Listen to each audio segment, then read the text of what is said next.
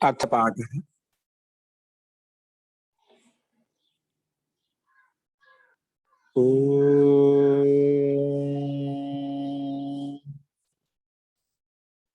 सहनावतु सहनौ भुनक्तु सह वीर्यं करवावहै तेजस्विनावधीतमस्तु मा विद्विषावहै। ओम शांति शांति शांति।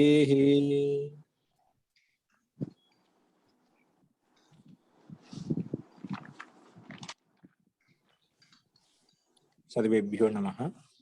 अंदरिकी नमस्कारम अंडी।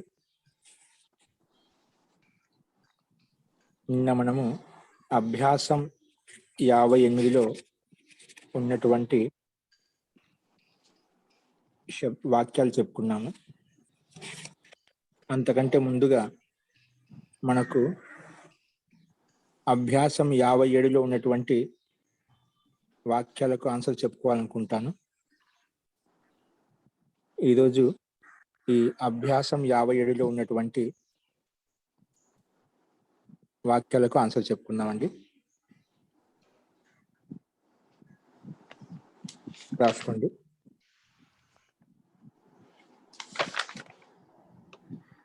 దేశస్య ఉన్నత్యై అభ్యాసం 57లో ముందుగా ఆన్సర్స్ కూడా ఏంటండి? నిన్న మొన్న అయిపోయాయండి. ఆన్సర్స్ అయిపోయినాయండి. ఆన్సర్స్ అయిపోయాయా? చెప్పుకున్నా ఆచార్యజీ. ఓకే అండి. అయితే అభ్యాసం 58లో మొదలు పెట్టుకుందామండి. ఈ నిన్న వాక్యాలు చెప్పాం కాబట్టి రేపు చూద్దాము. దీనికి ఇక్కడ ధాతువులు ఏమీ లేదు కాబట్టి 10 లెక్కలు తర్వాత చెప్పుకుందామండి. ఇక్కడ ఏం అవసరం లేదు. ఇప్పుడు అభ్యాసం 59 మొదలు పెట్టుకోండి. అభ్యాసం 59 రాసుకోండి.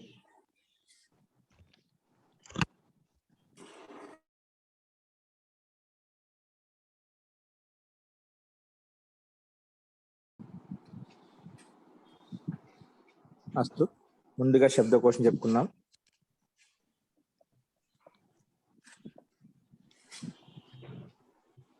మొట్టమొదటగా ఇక్కడ మనకు వారాల పేర్లు, మాసముల పేర్లు, అవి నక్షత్రముల పేర్లు ఇస్తున్నారు. అవి చూద్దాము. ముందుగా వాసరః శబ్దం అంటే మొట్టమొదటి శబ్దం వాసరః అంటే దినము. వాసరః అంటే దినము. రెండోది రవివారః, రవివారము అంటే ఆదివారం. నెక్స్ట్ సోమవారః. చూడు ఎన్ని శబ్దాలు పుల్లింగంలో కనిపిస్తున్నాయి మనకు, వాటిని గమనించండి.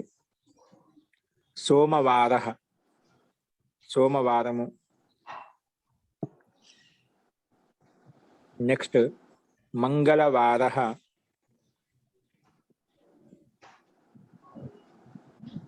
అదేవిధంగా బుధవారః, బుధవారః.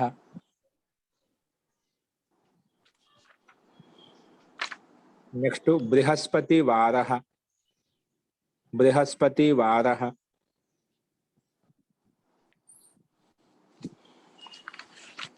నెక్స్ట్ శుక్రవారః, శుక్రవారః.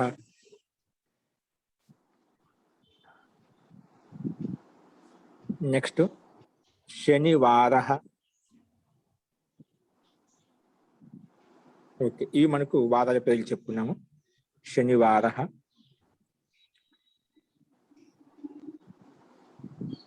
మహోదయ ఇక్కడ లక్ష్మీవారానికి ఇవ్వలేదేమో. బృహస్పతివారః అంటే లక్ష్మీవారమా? గురువారం. మన 7 వారాలు వచ్చే ఇంకోటి ఏది మిగిలిపోయింది? దాదాపు మొత్తం వచ్చాయి అదే, కదా, మిగిలింది. అంటే బృహస్పతి బుధవారానికి బుధవారమేనా అన్నమాట. బృహస్పతి వారం అంటే గురువారం అన్నమాట. జీ జీ జీ బృహస్పతివారం గురువారం అంటాం. అస్తు. నెక్స్ట్ శుక్రవార శనివార ఇవన్నీ అయిపోయాయి. నెక్స్ట్ మాస. ఇప్పుడు మాసాల పేరు చెప్తున్నాము. 12 మాసాలు ఉన్నాయి కదా, 12 మాసాల పేర్లు మనం జనవరి ఫిబ్రవరి అని చెప్పుకుంటాం. కానీ మన ప్రాచీన కాలంలో చైత్రం వైశాఖం జ్యేష్టం ఇలా చెప్పేవాళ్ళు. రాసుకోండి. మాసహ అంటే మహిళ, మాసహ అంటే మహిళ అంటే నెల.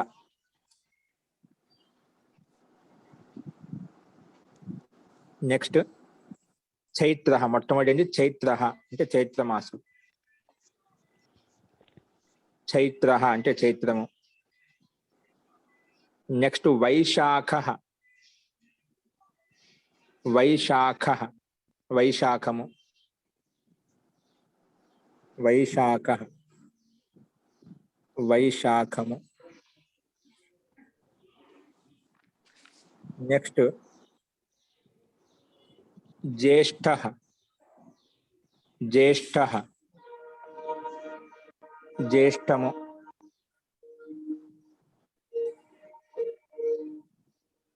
ఆషాఢ. ఆషాఢము. ఇప్పుడు వస్తున్నాం కదా ఆషాఢం. ఆషాఢ. నెక్స్ట్ శ్రావణ. శ్రావణ మాసం. శ్రావణ. నెక్స్ట్ భాద్రపద. భాద్రపద. భాద్రపద. భాద్రపద. భాద్రపదము. ఆశ్విన. ఆశ్విన మాసము. ఆశ్విన అంటే ఆశ్విన మాసము. నెక్స్ట్ కార్తీక. మహోదయ, ఆశ్విన అంటే ఆశ్వయుజ మాసం కూడా అనొచ్చండి దాన్ని? జిజి అనొచ్చండి. ఆశ్వీజ మాసం. ఆశ్విన అంటే ఆశ్వీజ మాసము. ధన్యవాదాలు. కార్తీక. కార్తీకము. కార్తీక మాసము. నెక్స్ట్ మార్గశీర్ష. మార్గశీర్ష. మార్గశీర్ష. మార్గశీర్షము. మార్గశీర్ష. మార్గశీర్షము. నెక్స్ట్ పౌష. పౌష. పౌష. పుష్యమాసాన్ని పౌషం అంటాం. పుష్యమాసాన్ని పౌషం అంటాం. పౌష అంటే పుష్యమాసం. నెక్స్ట్ మాఘ. మాఘ మాసం. మాఘ. నెక్స్ట్ ఫాల్గుణ. ఫాల్గుణ. ఫాల్గుణ. అస్తు. ఇవి మనకు మాసాలు పేర్లు ఇచ్చారు ఇక్కడ. తర్వాత బాఢ. ఏంటి పదం ఏంటి? బాఢ. బాఢ అంటే మనం మంచిది, సుష్టు అస్తి, ఉత్తమం అస్తి, సుందరం అస్తి అంటుంటాం కదా, దాన్ని బాఢం అని కూడా అంటాం. బాఢ అంటే చాలా బాగుంది, మంచిగా ఉంది అనే అర్థంలో బాఢ. కథమస్తి, బాఢమస్తి అంటుంటాం. అది విశేషాన్ని బట్టి అది బాఢహనా బాఢమా అది దాన్ని బట్టి చెప్తామంట. ఇక్కడ పుల్లింగం ఇచ్చాడు. బాఢ అంటే మంచిది, ఉత్తమమైంది అనే అర్థంలో ఉపయోగిస్తాం. బాఢ అంటే మంచిది. నెక్స్ట్ యువన్. యువన్ అంటే చిన్నది. చిన్నది. యువన్ అంటే చిన్నది. నెక్స్ట్ ఇది నకారాంత శబ్దం యువన్ అనేది. నెక్స్ట్ ఉరుహు అంటే పెద్దది. ఉరుహు అంటే పెద్దది, అంటే పొడవైనది, పెద్దది. ఉరుహు అంటే పెద్దది. నెక్స్ట్ స్థూలః అంటే లావైనది. లావైనది. స్థూలః లావైనది. స్థూలః లావైనది.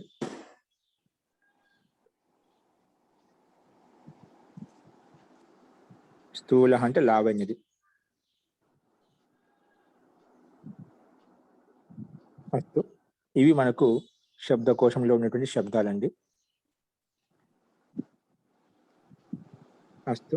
ఇప్పుడు ఇంకా మనకు వ్యాకరణంలో తద్ధిత ప్రత్యయాల గురించి ఇంకా కొన్ని విశిష్టమైన శబ్దాలు ప్రత్యయాలు చెప్తున్నారు. రాసుకోండి వ్యాకరణ హెడ్డింగ్ పెట్టి. వ్యాకరణం.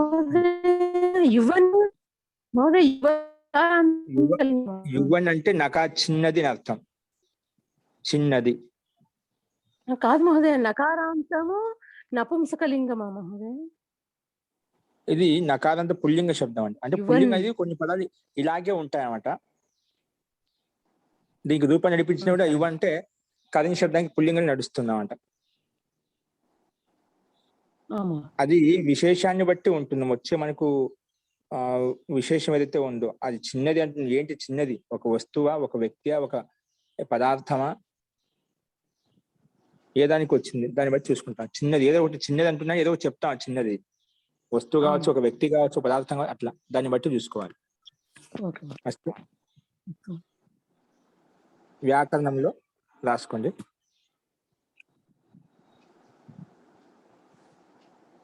బ్రాకెట్ లో వ్యాకరణం పెట్టి తద్ధిత ఈఎస్ ప్రత్యయము. ఈఎస్ ని ప్రత్యయం అండి. ఏ ప్రత్యయం? తద్ధిత ప్రత్యయం అంటాం. తర్వాత ఇష్ట ప్రత్యయం. ఈఎస్ ఇష్ట ప్రత్యయాలు. ఓకేనా? అవి ఏ అర్థంలో వస్తాయో చూద్దాం. ఇప్పుడు వ్యాకరణంలో ఏ ప్రత్యయాల గురించి చెప్పుకోబోతున్నాం? ఈఎస్ ఇష్ట, ఈ రెండు ప్రత్యయాల గురించి చెప్పుకోబోతున్నాం. బ్రాకెట్ క్లోజ్ చేసుకోండి. ఇప్పుడు రాసుకోండి. నియమం 192. నియమం 192. నియమం 192. ఓకే, రాసుకోండి. సూత్రం వచ్చేసి అజాది గుణవచనాదేవ. అజాది స్క్రీన్ మీద చూసుకోండి. నియమం అజాది గుణవచనాదేవ. చూసి రాసుకోండి. అజాది గుణవచనాదేవ. కామ పెట్టి దాంట్లో చిన్న ఇంకో సూత్రం టేహి. సూత్రం ఏంటి? మన వ్యాకరణ చెప్పుకునే వాళ్ళు ఈ సూత్రం ఉపయోగించాం. టేహి. సూత్రం ఏంటి? కేవలం టేహి. టేహి అంటే రెండు సూత్రాలను కలిపి దీని యొక్క తాత్పర్యం కింద ఇస్తున్నాడు. రాసుకోండి. అజాది గుణవచనాదేవ, గుణవచనాదేవ కామ టేహి. బ్రాకెట్ పెట్టుకోండి. రాసుకోండి. ఈఎస్ మరియు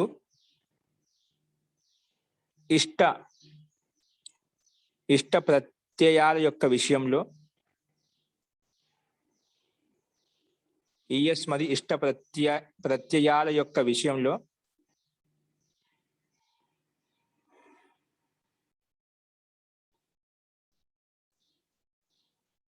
ఈఎస్ మరియు ఇష్ట ప్రత్యయాల యొక్క విషయంలో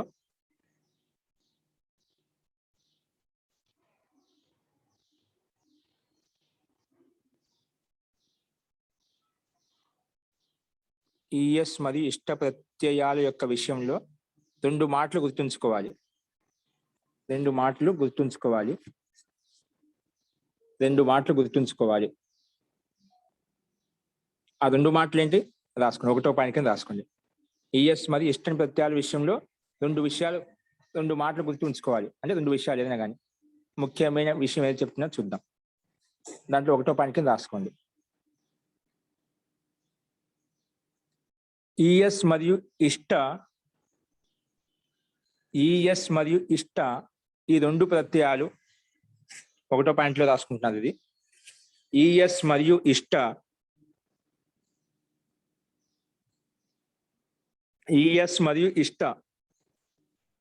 ఈ రెండు ప్రత్యయాలు గుణవాచక శబ్దాలతోటి మాత్రమే వస్తాయి. ఈ ప్రత్యయం ఎక్కడ వస్తుందా? గుణవాచక శబ్దాలతోటి మాత్రమే వస్తాయి. గుణవాచక శబ్దాలతోటి మాత్రమే వస్తాయి అంటే ఆ శబ్దం గుణాన్ని తెలిపే విధంగా ఉండాలి. గుణవాచక శబ్దాలతోటి మాత్రమే వస్తాయి.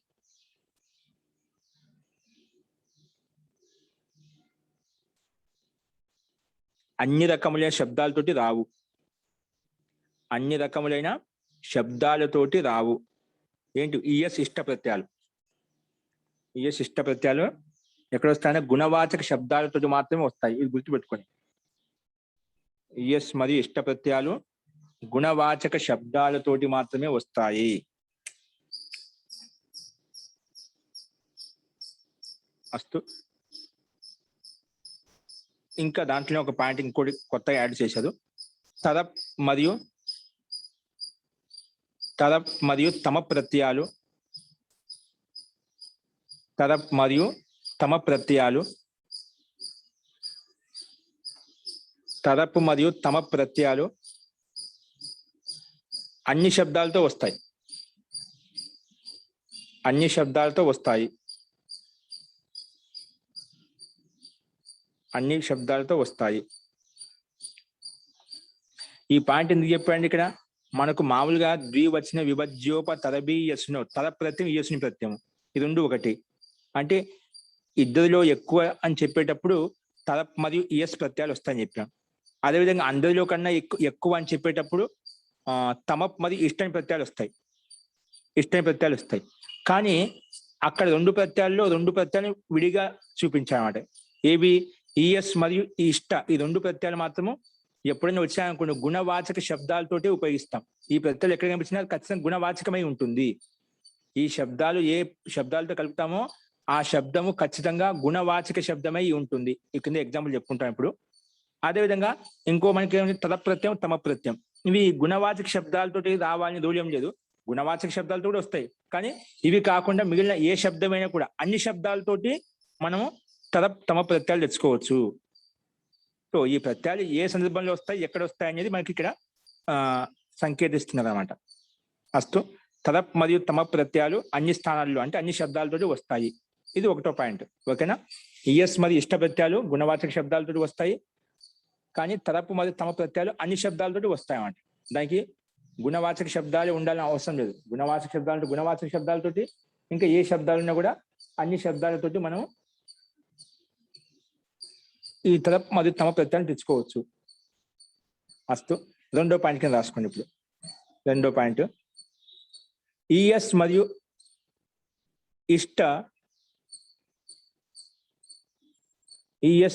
ఇష్ట ప్రత్యయాలను ఉపయోగించినప్పుడు ఈఎస్ మరియు ఇష్ట ప్రత్యయాలను ఉపయోగించినప్పుడు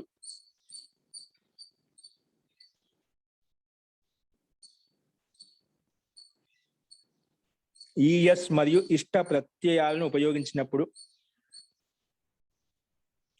శబ్దానికి అంతిమంలో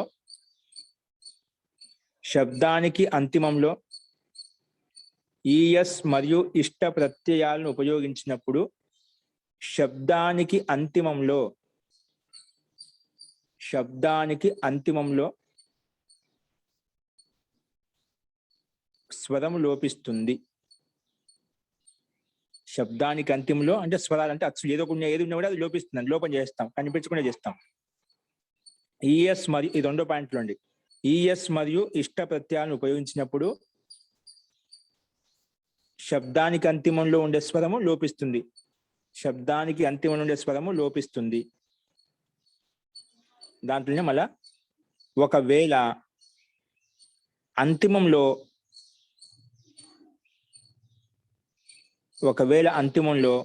వ్యంజనం ఉంటే అంటే స్వరం లేదు, వ్యంజనం ఉందనుకోండి. ఒకవేళ ఆ శబ్దానికి అంతిమంలో వ్యంజనం ఉంటే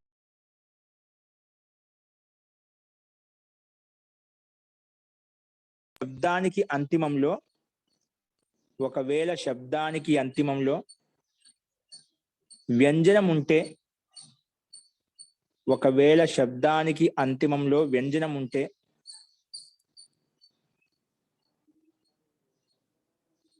ఆ వ్యంజనము మరియు ఆ వ్యంజనము మరియు దానికంటే ముందున్న స్వరము, ఆ వ్యంజనము మరియు దానికంటే ముందున్న స్వరము రెండు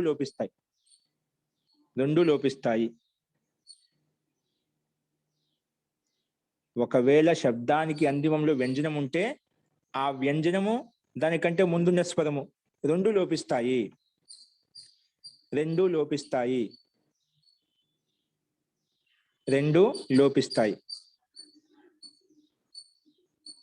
అది ఎలాగో ఇప్పుడు చూద్దాం, ఎగ్జాంపుల్ చూద్దాం. అంటే స్వరం ఉంటే నాకు సింగిల్ గా స్వరం ఉంటుంది కాబట్టి అక్కడ ఏం వ్యంజనం ఏమి ఉండదు కాబట్టి డైరెక్ట్ స్వరాన్ని తీసేస్తాం. ఒకే స్వరం కాకుండా వ్యంజనం ఉందనుకోండి, ఆ వ్యంజనము దానికంటే ముందున్న స్వరం ఏదైతే ఉందో అది రెండింటిని తీసేస్తాం. అస్తు, అవి ఎలాగో చూద్దాం. ఎగ్జాంపుల్ రాసుకోండి, ఉదాహరణ రాసుకోండి. ఉదాహరణ మొట్టమొదటి శబ్దం ఏమిచ్చాడు? పటు శబ్దం అండి. ఏంటి? పటు శబ్దం. పటు శబ్దానికి అంతిమంలో ఉంది. పటు శబ్దానికి అంతిమంలో ఊ ఉందా? ఊ ఉంది అంటే స్వరం ఉంది. ఆ శబ్దానికి అంతిమంలో ఉండే స్వరం లోపిస్తుంది, ఊ తీసేస్తాం. అదే లఘు శబ్దంలో ఏముంది? లఘు శబ్దంలో కూడా ఊ ఉంది కాబట్టి అంతిమంలో స్వరం ఉంది కాబట్టి ఆ స్వరాన్ని తీసేస్తాం. స్వరం అంటే అచ్చులో ఉండే ఏదో ఒక స్వరం, అచ్చన్య స్వరం అనేది రెండు ఒకటే, ఏదో ఒకటి ఉండాలి, స్వరం ఉండాలి, ఏదో ఒక స్వరం. ఇక్కడ ఊ ఉంది, రెండిట్లో ఊ ఉంది. పటులో ఊ ఉంది, లఘులో ఊ ఉంది. పటులో ఊ ఉంది, లఘులో ఊ ఉంది. అంటే అంతిమంలో స్వరం ఉంది కాబట్టి, ఊకారం ఉంది కాబట్టి దాన్ని తీసేస్తాం. అప్పుడు ఏం మిగులుతుంది? పట్ మిగులుతుంది. ఏం మిగులుతుంది? పట్. ఓకేనా? అస్తు. అదేవిధంగా మహత్ శబ్దంలో ఏముందండి? మహత్ శబ్దానికి అంతిమంలో ఉంది. మహత్ శబ్దానికి అంతిమంలో తకారం ఉంది. ఏముందండి? తకారం ఉంది. అంటే ఒకవేళ శబ్దానికి అంతిమంలో వ్యంజనం ఉంటే ఆ వ్యంజనము మరియు దానికంటే ముందున్న స్వరము రెండు లోపిస్తాయి. ఇక్కడ మహత్తులో అంతిమ వ్యంజనం అంటే తకారం పొల్లు హలంతం. దానికంటే ముందే ఉంది మహత్. హకారంలో ఉండే అకారము, హాలో ఉండే ఆ, హకారంలో ఉండే అకారము రెండు అంటే అత్తు భాగం రెండు తీసేస్తాం అన్నమాట. అత్తు భాగాన్ని తీసేస్తాం. అందుకే మహత్తులో వ్యంజనము దానికంటే ముందున్న స్వరము తీసివేస్తే ఏముంది అంటే తీసివేయడం ఏముంది? అత్తు భాగాన్ని తీసేస్తామంట. మహత్తులో అత్తు భాగాన్ని తొలగించేస్తాము. ఓకే, అర్థమైంది. ఇప్పుడు శబ్దానికి అంతిమంలో స్వరం ఉంటే స్వరాన్ని తీసేస్తాము, వ్యంజనం ఉంటే వ్యంజనం మరియు దానికంటే ముందు స్వరాన్ని తీసేస్తాం. అంటే మహత్తులో ఉండే అత్తు భాగాన్ని తీసేస్తాం. ఇది రెండు పటు, లఘు, మహత్ శబ్దంలో ఎలాగని చూపించాడు. ఇప్పుడు ఎగ్జాంపుల్ రాసు. పటు శబ్దం చెప్పారా? ఆ పటు శబ్దానికి మనం ఈఎస్ని ప్రతిని తీసుకొచ్చామండి. ఏం తీసుకొచ్చాం? ఈఎస్ ప్రతిని తీసుకొచ్చాం. పటు శబ్దానికి ఈఎస్ తీసుకొచ్చినప్పుడు ఈఎస్ రాగానే ఆ పటులో ఉండే శబ్దానికి అంతే ఉకారం వెళ్ళిపోతుంది. ఏమవుతుంది? ఉకారం వెళ్ళిపోతుంది, పట్టు అయిపోతుంది. పట్టు ప్లస్ ఈఎస్, పట్టు ప్లస్ ఈఎస్. ఇప్పుడు పట్టు ప్లస్ ఈఎస్ లో రెండు పట్టు తకాల హలంతం కాబట్టి ఈఎస్ వెళ్తే పట్టి ఈఎస్ అయిపోయింది. పట్టి ఎస్.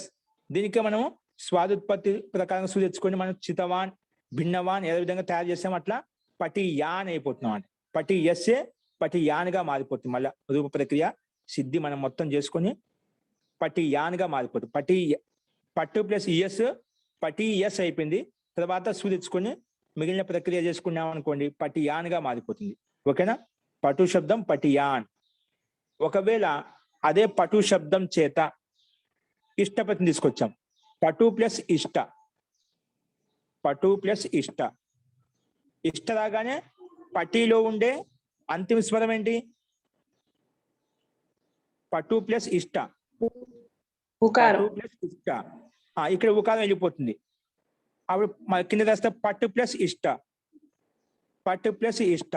మళ్ళీ రెండింటిని కలిపితే పటిష్ట అయిపోయింది. పట్టు టకార హలంతం కాబట్టి ఇష్టక ఈ కలిపితే పటిష్ట అయిపోయింది. పటిష్ట. ఈ పటిష్ట తోటి మళ్ళా తెచ్చుకుని విసర్గం చేసుకుంటే పటిష్ట అయిపోయింది. పటిష్ట అంటే పటియా లేదా పటిష్ట. ఇక్కడ తెలివైన వాడు. పటిష్ట అని అదే, పటియా అని అదే. తాత్పర్యం అర్థం ఒకే విధంగా ఉంటుంది. ప్రత్యయాన్ని బట్టి శబ్దంలో వ్యత్యాసం ఉంది, భిన్నత్వం ఉంది అంతే. అక్కడ పటియా అని అంటున్నాం, ఇక్కడ పటిష్ట అంటున్నాం. మూల శబ్దం అంటే పటు. ఓకే. అదేవిధంగా లఘు శబ్దానికి లఘియాన్, లఘిష్ట. ఇక్కడ అంతే. ఈఎస్ ప్రత్యయం వచ్చినప్పుడు లఘియాన్ అవుతుంది, ఇష్ట ప్రత్యయం వచ్చినప్పుడు లఘిష్ట అయిపోతుంది. లఘీయాన్ లఘిష్టః, లఘీయాన్ లఘిష్టః. అర్థమైందా?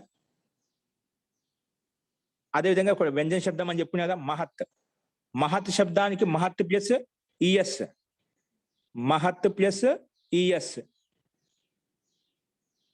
ఆ ఈఎస్ రాగానే మహత్లో ఉండే శబ్దానికి లోపం చేయాలి. కానీ ఏ శబ్దానికి? ఒకవేళ శబ్దానికి అంతిమంలో వ్యంజనం ఉంటే వ్యంజనం దానికంటే ముందే స్వరం చెప్పాం, అంటే అత్తు భాగం. అత్తు భాగానికి లోపం చేస్తాం. అత్తు భాగానికి లోపం చేస్తే అవుతుంది, కింద రాయండి, మహ మహ మహ, హకార హలంతం వస్తుంది. మహ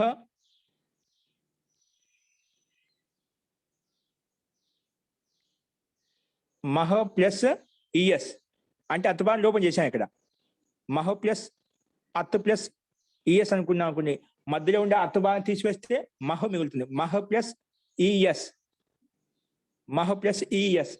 మహ అనేది హకారం హలంతం కాబట్టి ఈఎస్ కలిపిస్తే, ఈఎస్ కలిపామనుకోండి మహీయస్ అయిపోయింది. ఆ మహీయస్సే మహియాన్గా మారిపోతుంది. మళ్ళా మహీయస్ ఏమవుతుంది? మహీయాన్గా మారిపోతుంది. ఓకేనా?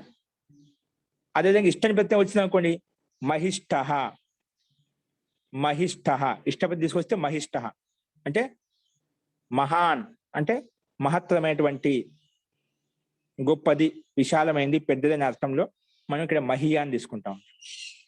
మహియాన్ లేదా మహిష్ఠః, మహియాన్ లేదా మహిష్ఠః.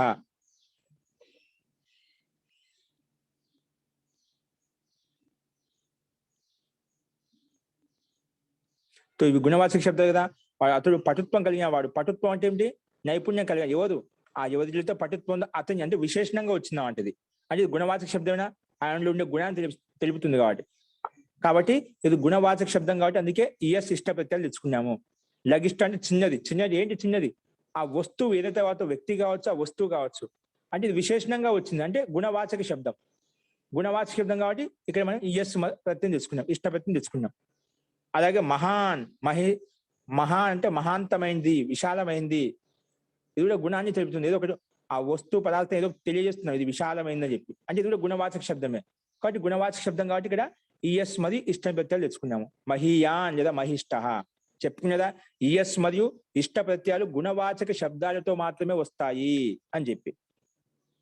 తద ప్రత్యయాలు అన్ని చోట్ల వస్తాయి, దీంట్లో కూడా వస్తాయి, దాంట్లో వస్తాయి, అన్ని చోట్ల ఎక్కడైనా వస్తాయి.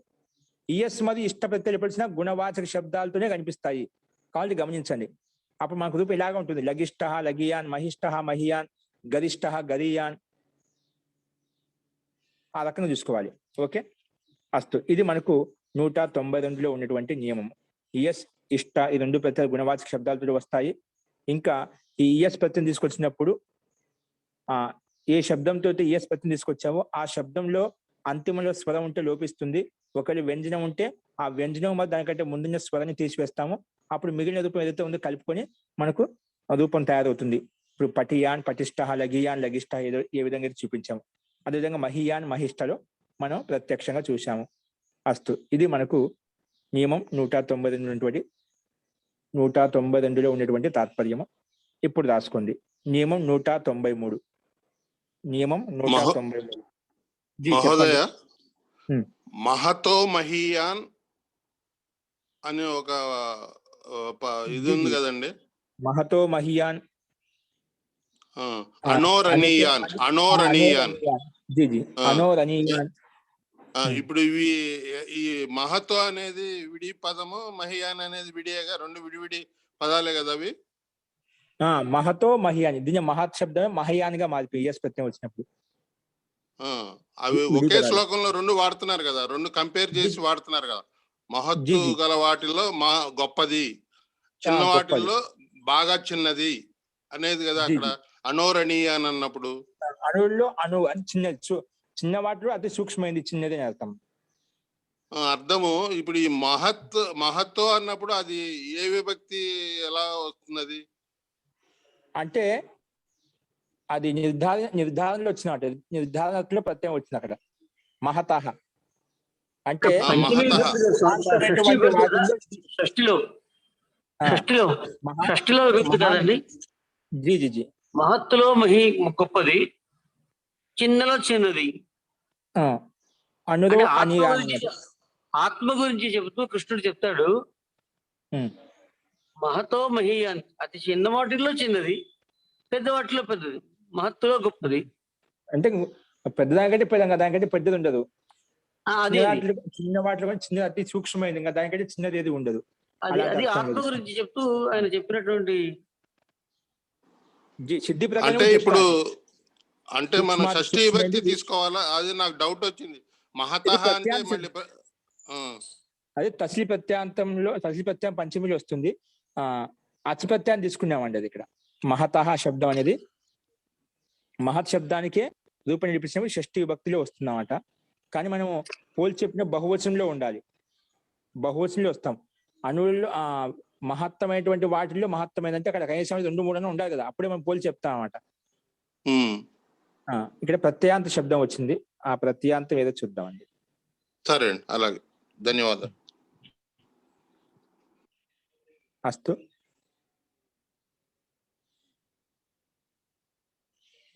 నియమం 193. ఓకేనా? స్థూల దూర ప్రియ స్థిర. స్థూల దూర ప్రియ స్థిర. ఇక్కడ 2 సూత్రాలు కలిపి ఇచ్చాడు అనమాట. అంటే సంకేతం మాత్రం ఇక, అంటే ఈ సూత్రం నుండి మనం చెప్పుకునే తాత్పర్యం ఇందులో ఉంది అని చెప్పడం కోసం. అంటే ముఖ్యమైన అంశం, ఏ అంశం చెప్పుకోవాలనుకుంటున్నాం అదే అంశం మాత్రం చూపిస్తామట. స్థూల దూర ప్రియ స్థిర.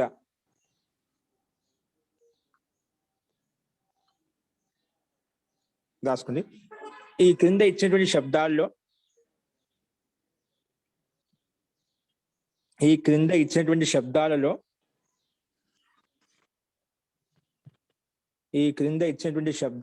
ఈఎస్ మరియు ఇష్ట ప్రత్యయాలు వచ్చినప్పుడు, ఈఎస్ మరియు ఇష్ట ప్రత్యయాలు తీసుకొచ్చినప్పుడు ఏంటి? ఈఎస్ మరియు ఇష్ట ప్రత్యయం తీసుకొచ్చినప్పుడు ఈ విధంగా రూపాలు తయారవుతాయి. ఈ క్రింది విధంగా రూపాలు తయారవుతాయి అండి. కింద చూపిస్తున్నాయి కదా మనకు. ఈ క్రింది విధంగా రూపాలు తయారవుతాయి. ఈ క్రింది విధంగా రూపాలు తయారవుతాయి.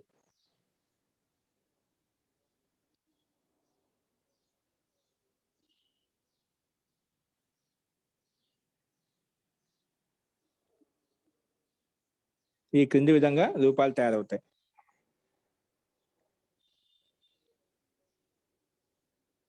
కానీ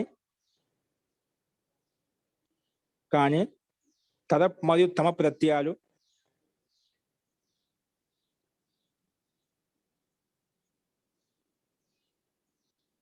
తదప్ మరియు తమ ప్రత్యయాలకు అన్ని శబ్దాలతోటి రూపాలు ఉంటాయి.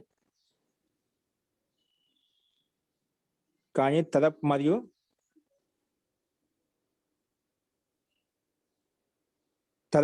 తమ ప్రత్యయాలు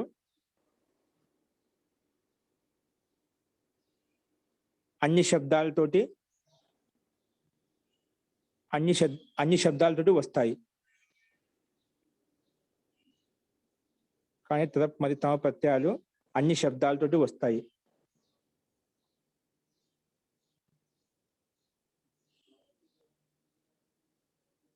అన్ని శబ్దాలతోటి వస్తాయి. అస్తు. అందుకే రూపాలు కూడా అదే విధంగా ఉంటాయన్నమాట. అన్ని శబ్దాలు చూసినప్పుడు వీటికి రూపాలు కూడా అదే విధంగా ఉంటాయంట. అన్ని శబ్దాలతో రూపాలు వస్తాయి. అంటే తదప్ మరియు తమ ప్రత్యయాలు కూడా వస్తాయన్నమాట. అవి ఏదో కింద చూద్దాం. రాసుకోండి, కింద రాసుకోండి. మనకు స్క్రీన్ మీద చూసి రాసుకోండి, తప్పులు లేకుండా.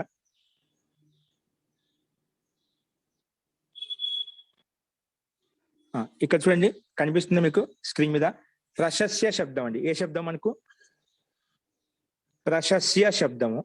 ఈ ప్రశస్య శబ్దానికి ముందు ప్రశస్య శ్రహ అనే ఒక సూత్రం ఉంది అష్టాధ్యాయులో. ఆ ప్రశస్య శబ్దానికి శ్ర ఆదేశం అవుతుంది. ఏమవుతుందండి? శ్ర. ప్రశస్య స్థానంలో కేవలం శ్ర ఆదేశం అవుతుంది. అందుకే బ్రాకెట్ ఇచ్చామట.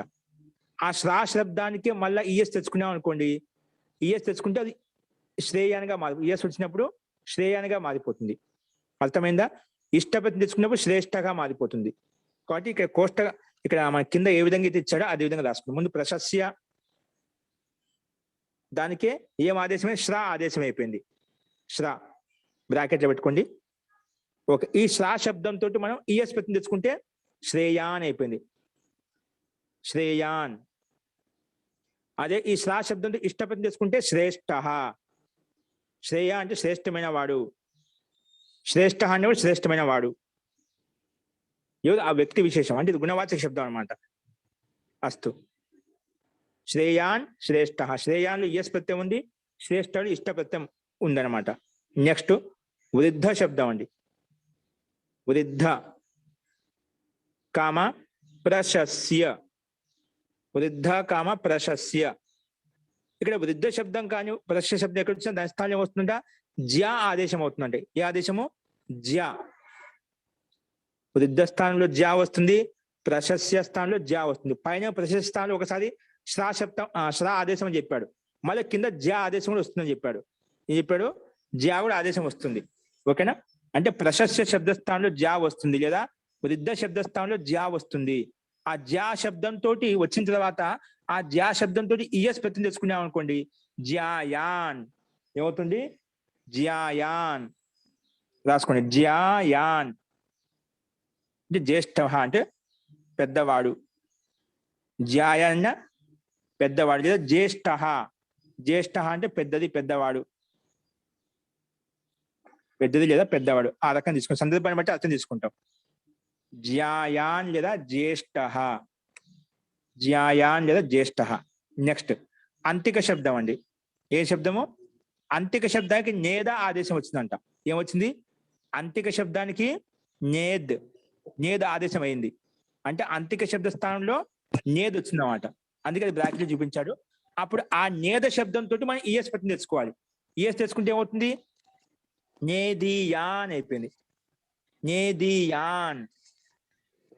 నేది ఎస్, నేది ఎస్ అయిపోయింది, మళ్ళా యాన్ గా మారిపోతుంది. అదే నేదియాన్ అయిపోయింది అనమాట. నేది శబ్దము నేదియాన్. మహోదయ, అంతిక అంటే మీనింగ్ ఏంటండి? ఏంటండి? అంతిక అంటే మీనింగ్, అర్థం? దగ్గర అని అర్థం. నేదియాన్ అస్తి, నేదిష్ట అస్తి.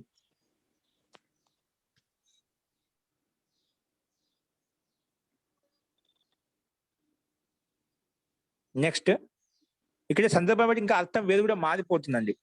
అది మనకు ఏ సందర్భంలో వస్తుందో దాన్ని చూసుకోవాలి, ప్రకరణం బట్టి. ఓకేనా? ఇక్కడ నేది శబ్దానికి ఈఎస్ వచ్చినప్పుడు ప్రత్యయం ఏ విధంగా తయారవుతుంది? నేదియా అని చెప్పాను.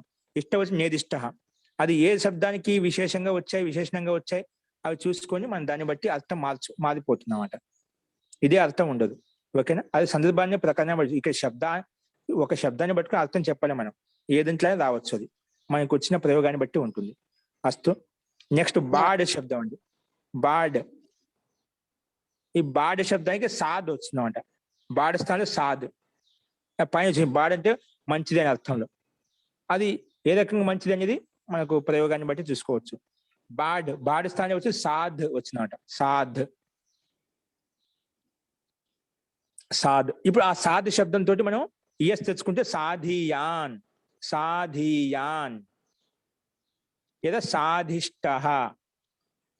సాధియాన్ లేదా సాధిష్ట. నెక్స్ట్ స్థూల శబ్దం అండి. స్థూల శబ్దానికి స్థూ ఆదేశం అయిపోయింది. స్థూల శబ్దానికి ఏం ఆదేశం అయింది? స్థూ ఆదేశం. అస్తు శబ్దంతో ఆదేశం వచ్చిన తర్వాత ఆ శబ్దంతో మళ్ళీ ఈఎస్ తెచ్చుకుంటే స్థవీయాన్గా మారిపోయింది. స్థూ అనేది స్థూ ప్లస్ ఈఎస్.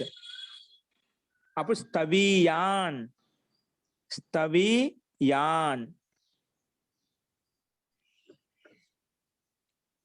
స్థవిష్ట. ఇష్టం ప్రత్యయం వచ్చినప్పుడు స్థవిష్ట. స్థవీయాన్. స్థవిష్ట. స్థవీయాన్. స్థవిష్ట. నెక్స్ట్ అండి స్థూల అంటే లావు ఉన్నవాడు, ఇది లావుగా అని చెప్పి. స్థవియాన్ లావైంది, బరువైంది, స్థూలంగా ఉంది, ఆ రకంగా. ధన్యవాదాలు. నెక్స్ట్ దూరు శబ్దం అండి. దూరు శబ్దానికి దూ వచ్చింది అన్నమాట. ఆదేశం వచ్చింది. దూరు శబ్దానికి దూ అనే ఆదేశం వచ్చింది. ఆ దూ దీర్ఘ ఉకారం అండి. దూ. ఆ దూకే ఈఎస్ తెచ్చుకుంటే లేదా ఈఎస్ తెచ్చుకున్నప్పుడు దవీయాన్ అయిపోయింది, దూరము. దవీయాన్ చాలా దూరంగా ఉంది. దవీయాన్ లేదా దవిష్టః.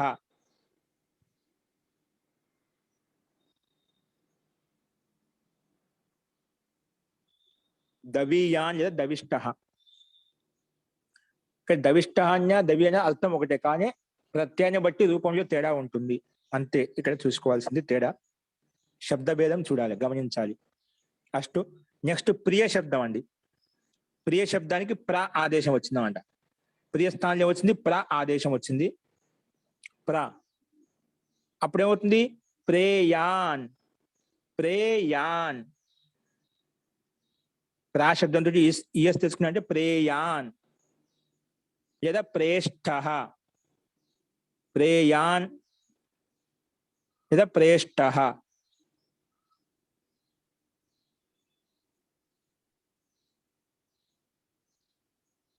ప్రేయాన్ లేదా ప్రేష్ఠః. నెక్స్ట్ అండి, స్థిర శబ్దానికి స్థా ఆదేశం వచ్చింది. స్థిర శబ్దానికి స్థా, దానికి స్థేయాన్ లేదా స్థేష్టః. స్థేయాన్ స్థిరమైన వాడు, స్థితి గలవాడు, సమత్వం కలిగిన వాడు. అలాగా అంటే సందర్భాన్ని బట్టి అనేక అర్థాలు వస్తాయండి మనకు. ఇక్కడ ఇదే అర్థం చెప్పడం. స్థేయాన్ లేదా స్థేష్టః. మొత్తానికి మనకు మూల శబ్దం స్థిర శబ్దము. ఆ స్థిర శబ్ద స్థానంలో స్థా ఆదేశమైంది. ఇక్కడ సూత్రాలు మొత్తం చెప్పడం లేండి. ఇప్పుడు ప్రశస్య స్రహ అని చెప్పి ఒక సూత్రం చెప్పాను. అలాగే ఇక్కడ స్థా రావడానికి ప్రత్యేకమైన ఒక సూత్రం ఉంది. దీనికి ప్రా రావడానికి, దూ రావడానికి, స్థూ రావడానికి అన్నిటికీ సూత్రాలు ఉన్నాయండి. ఎప్పుడు వస్తాయి, ఏ సందర్భంలో వస్తాయి అనేది. ఓకేనా? ఇక్కడ మనకు అవసరం లేదు కాబట్టి చెప్పుకోవడం లేదు. అస్తు స్థిర శబ్దానికి స్థా ఆదేశమైంది. దానికి అప్పుడు ఆ స్థా శబ్దంతో ఈఎస్ తెచ్చుకుంటే స్థేయాన్, ఇష్ట తెచ్చుకుంటే స్థేష్టః అయిపోయింది.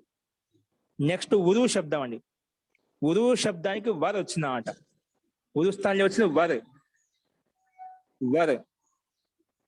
ఇప్పుడు దీనికి వరీయాన్. వరీయాన్.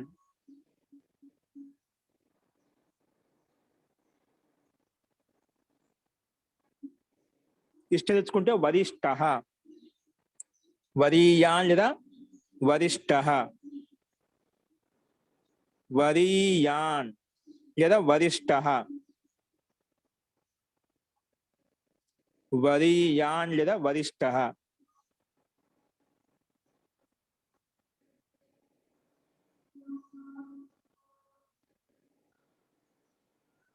వరీయాన్ లేదా వరిష్ఠః అంటే పెద్దవాడు, పెద్దవారు లేదా పెద్దది. ఇప్పుడు ఉరి శబ్దం పై వచ్చింది కదా, పెద్దది, విశాలమైనది. అలా అంటాం. వరీయ అంటే విశాలమైంది, పెద్దది అనే అర్థంలో.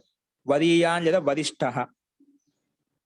అస్తు నెక్స్ట్ గురు శబ్దానికి గురు వస్తుందండి. గురు శబ్దానికి అంతిమ ఉకారం వెళ్ళిపోయి గురు వస్తుందంట. దాని గురు స్థానం గురు ఆదేశం వస్తుందన్నమాట. ఆ గురు ఆదేశ స్థానంలో మళ్ళా ఈఎస్ తెచ్చుకుంటే గరీయాన్ అయిపోయింది. గరీయాన్.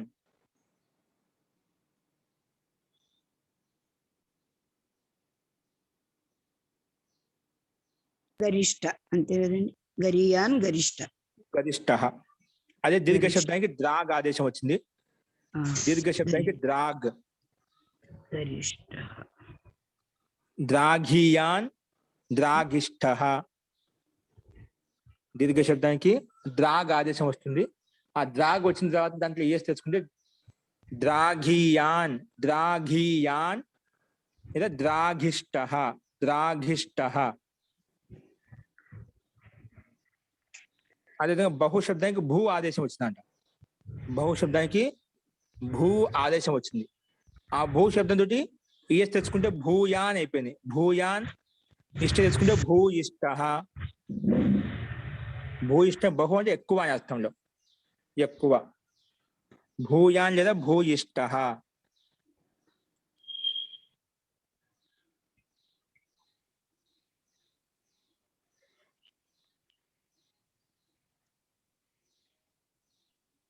నెక్స్ట్ యువన్ శబ్దం అండి.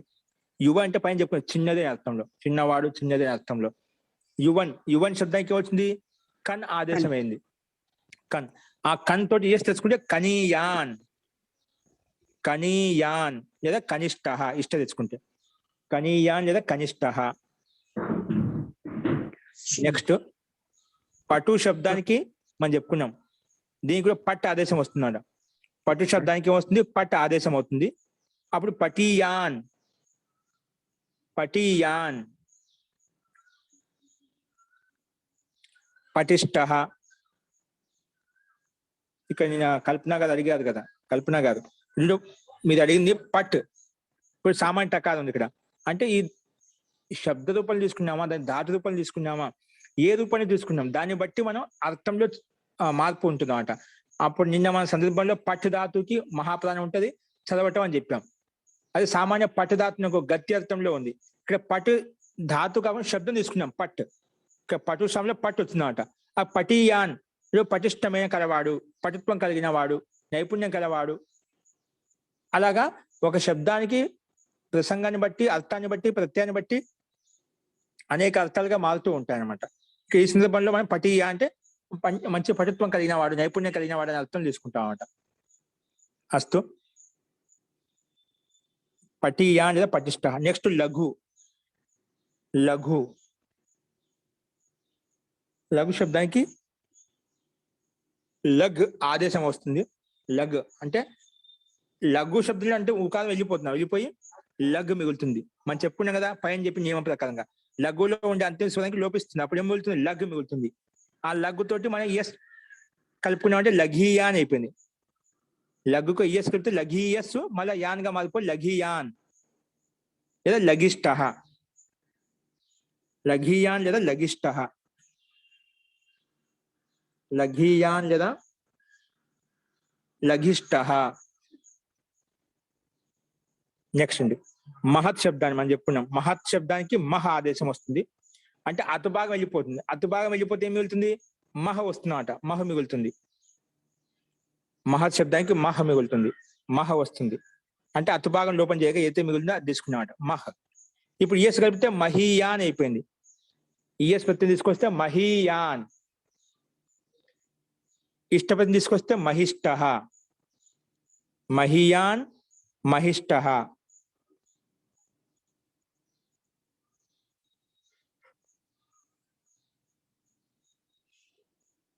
నెక్స్ట్ మృదు శబ్దం అండి. మృదు శబ్దానికి మరద్ ఆదేశం వస్తుంది. మరద్ వస్తుందంట. మృదు శబ్దానికి మరద్ అయిపోయింది. అంటే ఇక్కడ అంతిమ స్వరము తోటి మృదులో ఉండే రుకానికి రకారం కూడా అయిపోయింది. మొత్తానికి మృదు స్థానంలో మరద్ వచ్చింది. ఏమొచ్చింది? మరద్. మృదు స్థానంలో మరద్ ఆదేశం అయిపోయింది. ఇప్పుడు ఈ మరద్ శబ్దంతో ఎస్ తీసుకుంటే మృదీయాన్, మృదువైన, కోమలమైన అనే అర్థంలో. మృదీయాన్ లేదా మృదిష్ట. మృదీయాన్ లేదా మృదిష్ట.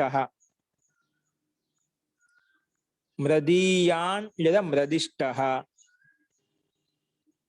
నెక్స్ట్ బలిన్ శబ్దం అండి. ఏది? బలిన్.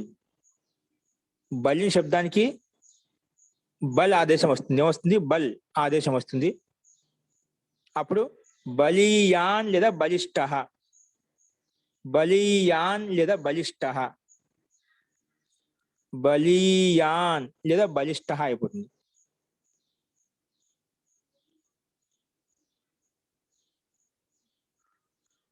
బలీయాన్ లేదా బలిష్ట.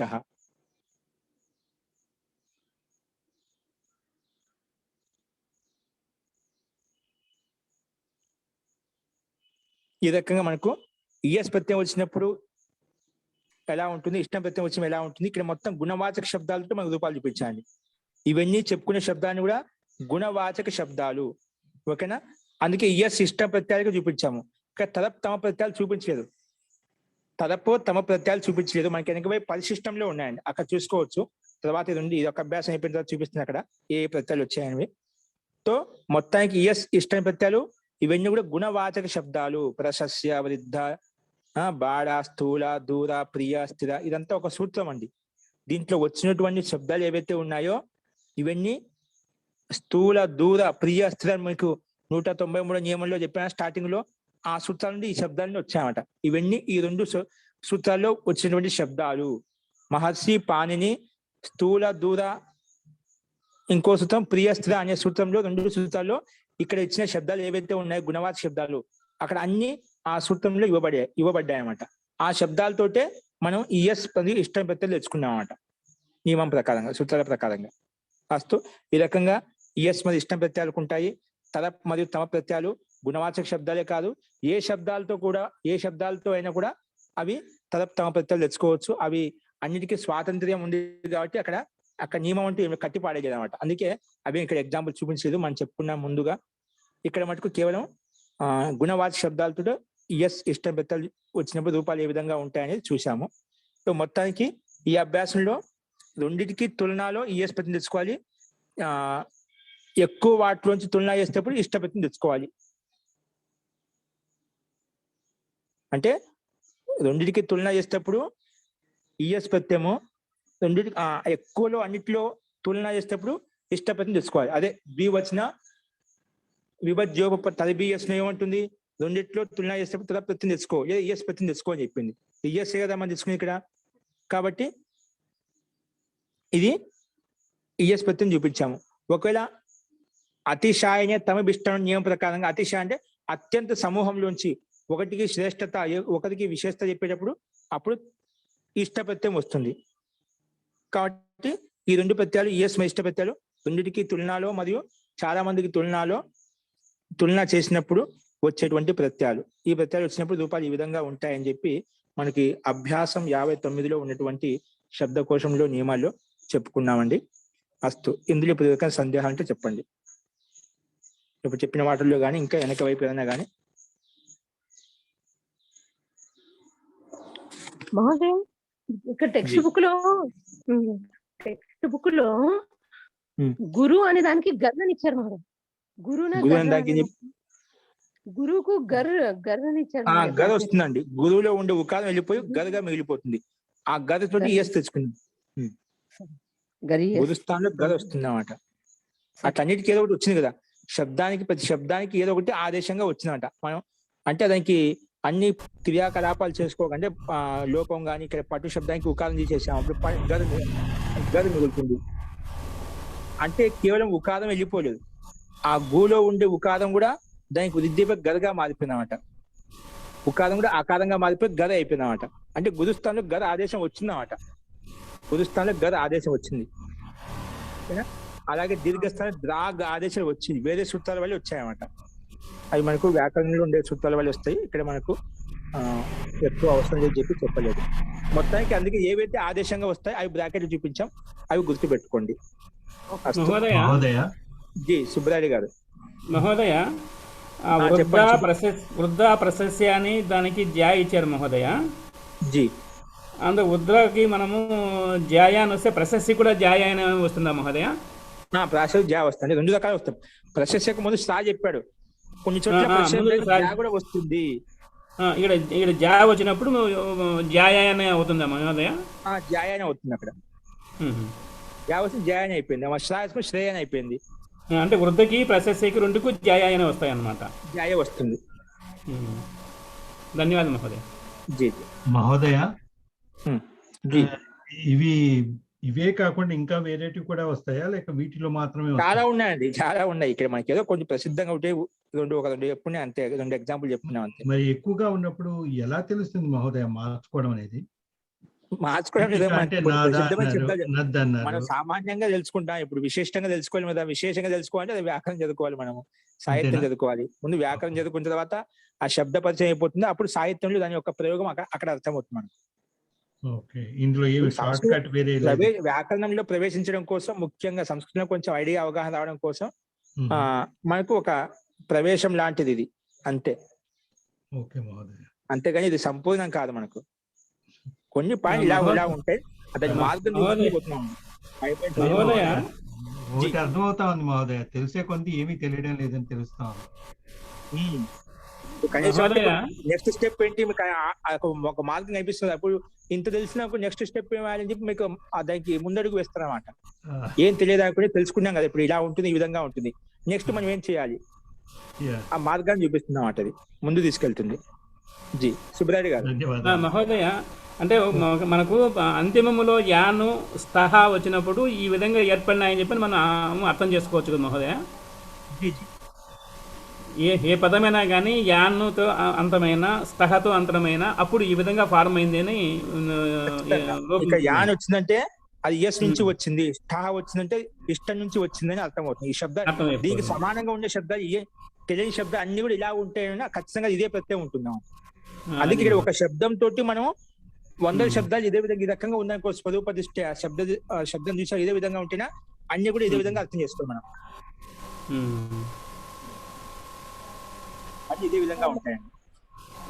सर ईएस का इयान कैसा हो गया सर?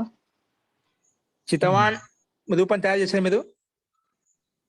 చితవాన్, భిన్నవాన్, ఇయస్ లో ఉండే ఉపదాకి దీర్ఘం చేసుకుంటాము. తర్వాత వకారం వస్తుంది. ఈ యాన్ దీర్ఘం వచ్చిన తర్వాత నకారం ఉంది ఆల్రెడీ. ఇయస్ కి నుమ్ ఆగం తెచ్చుకుంటాం. నుమ్ ఆగం తెచ్చుకుని మధ్యలో వస్తుందన్నమాట. ఇయస్ కి యాకి సాకి మధ్యలో వస్తుందన్నమాట. అంటే ముందు యాకి దీర్ఘం చేసుకుంటాము. దీర్ఘం చేసుకున్న తర్వాత దాని పక్కన నుమ్ వస్తుంది. నుమ్కి అనుబంధం లోపం వేస్తే నకారం మిగులుతుందన్నమాట. అప్పుడు యాన్స్ అయిపోతుంది. తర్వాత ఆ సకారం లోపం అవుతుంది. అప్పుడు యాన్గా మారిపోతుంది. ఓకేనా? ఉపదాలు దీర్ఘం చేసుకుంటాము. తర్వాత మధ్యలో నకారం వచ్చి కూర్చుంటుంది. అది చితవాన్, భిన్నవాన్ కి సమానంగా మనము రూపం తయారు చేసుకోవాలండి. ఇక్కడ మనకు అవసరం లేదు. ఓకే, మీరు అడిగారు కాబట్టి సామాన్యంగా ప్రత్యయాలు చూపించదు అంతే, విశిష్టంగా చెప్పలేదు మనకు. ఓకే, ఈ రకంగా తయారవుతుంది. అది గుర్తు పెట్టుకోండి శబ్దాలు వచ్చినప్పుడు. మీరు వ్యాకరణంలో ఉన్నారా? వ్యాకరణ క్లాస్కి వస్తున్నారండి? వస్తున్నా సార్. దాంట్లో మనకు చితవాన్ మొన్న చెప్పాం కదా, దానికి సమానం నడుస్తుంది మొత్తం సేమ్. ఓకేనా? అస్తు అండి. మహోదయ ఒక చిన్న సందేహం అండి. శబ్దానికి మహియాను మహిష్ట వచ్చింది కదా, అలాగే స్త్రీలింగానికి మహియాని మహిష్టం వస్తాయా? అక్కడ వేరే విధంగా ఉంటాయి, ప్రత్యయాలు వేరే వస్తాయండి. ప్రత్యయాలు వేరే వస్తాయి. భిన్న భిన్న ప్రత్యయాలు ఉన్నాయి మనకి. ఈ ప్రత్యయం కాదు, చాలా భిన్న భిన్నమైనటువంటి ప్రత్యయాలు ఉన్నాయి. అక్కడ ఏ సందర్భంలో ఏ స్త్రీలింగ ఏ అర్థం చెప్పడం కోసం వస్తుంది, ఒక్కొక్క అర్థాన్ని బట్టి ఒక్కొక్క స్త్రీలింగ ప్రత్యయం ఉంది. అప్పుడు దాన్ని బట్టి మనం మారుతూ ఉంటాం అన్నమాట. ఓకేనా? ఇప్పుడు లఘీయసి అంటాం, స్త్రీలింగం ఏమొస్తుంది? లఘీయసి, మహీయసి, ఒక ప్రత్యయం చెప్పాను. అట్లా చాలా ఉన్నాయంట. ఒకసారి ఆకారాంత శబ్దం రావచ్చు, ఆకారం శబ్దము రావచ్చు, దీర్ఘ ఉకారాంతం రావచ్చు, దీర్ఘ ఈకారాంతం రావచ్చు. అలాగా ఒక్కొచ్చు ఒక రకం ఉంటుంది. ఇప్పుడు సామాన్యంగా లఘీయసి, మహీయసి, గరీయసి, ఓకేనా, అలాగా ఉంటాయి. ఓకేనా? స్త్రీలింగంలో ఆ రకంగా ఉంటాయి అన్నమాట. ఇక్కడ మన ప్రయోగాలను బట్టి మనం ఎక్కువగా తరచుగా ఏ పదాన్ని ఉపయోగిస్తాము వాటిని కొంచెం సంకేతం మాత్రం ఇక్కడ మనం చూసుకున్నాము. స్త్రీలింగంలో అయితే ఈ రకంగా చూసుకోవాలి. ఇప్పుడు మనకు ఒక స్టెప్ తెలిసింది కాబట్టి నెక్స్ట్ స్టెప్ ఎలా అనేది మీకు ఆటోమేటిక్గా మనకి ఒక అవగాహన ఐడియా వచ్చేస్తుంది అన్నమాట. దాన్ని బట్టి ఐడెంటిఫై చేస్తాం మనం. ఓకేనా? ఇంకా ప్రౌఢ దర్శనాల వరకు ముందు ఉంది కాబట్టి దాంట్లో ఇక్కడ ఇంకా కొన్ని విశాలంగా ఇస్తాయి, ప్రత్యేకాలు ఎక్కువ చేసి చూపిస్తామన్నమాట. అక్కడ మనం అనుకూలంగా ఉంటే అక్కడ చూద్దామండి. అస్తు. ఏంటి మనకు వ్యాకరణం చెప్పుకుంటే అందులో అన్ని వచ్చేస్తాయి, మనకి ఇబ్బంది లేదు ఇంకా. అస్తు. మంత్రపాఠ.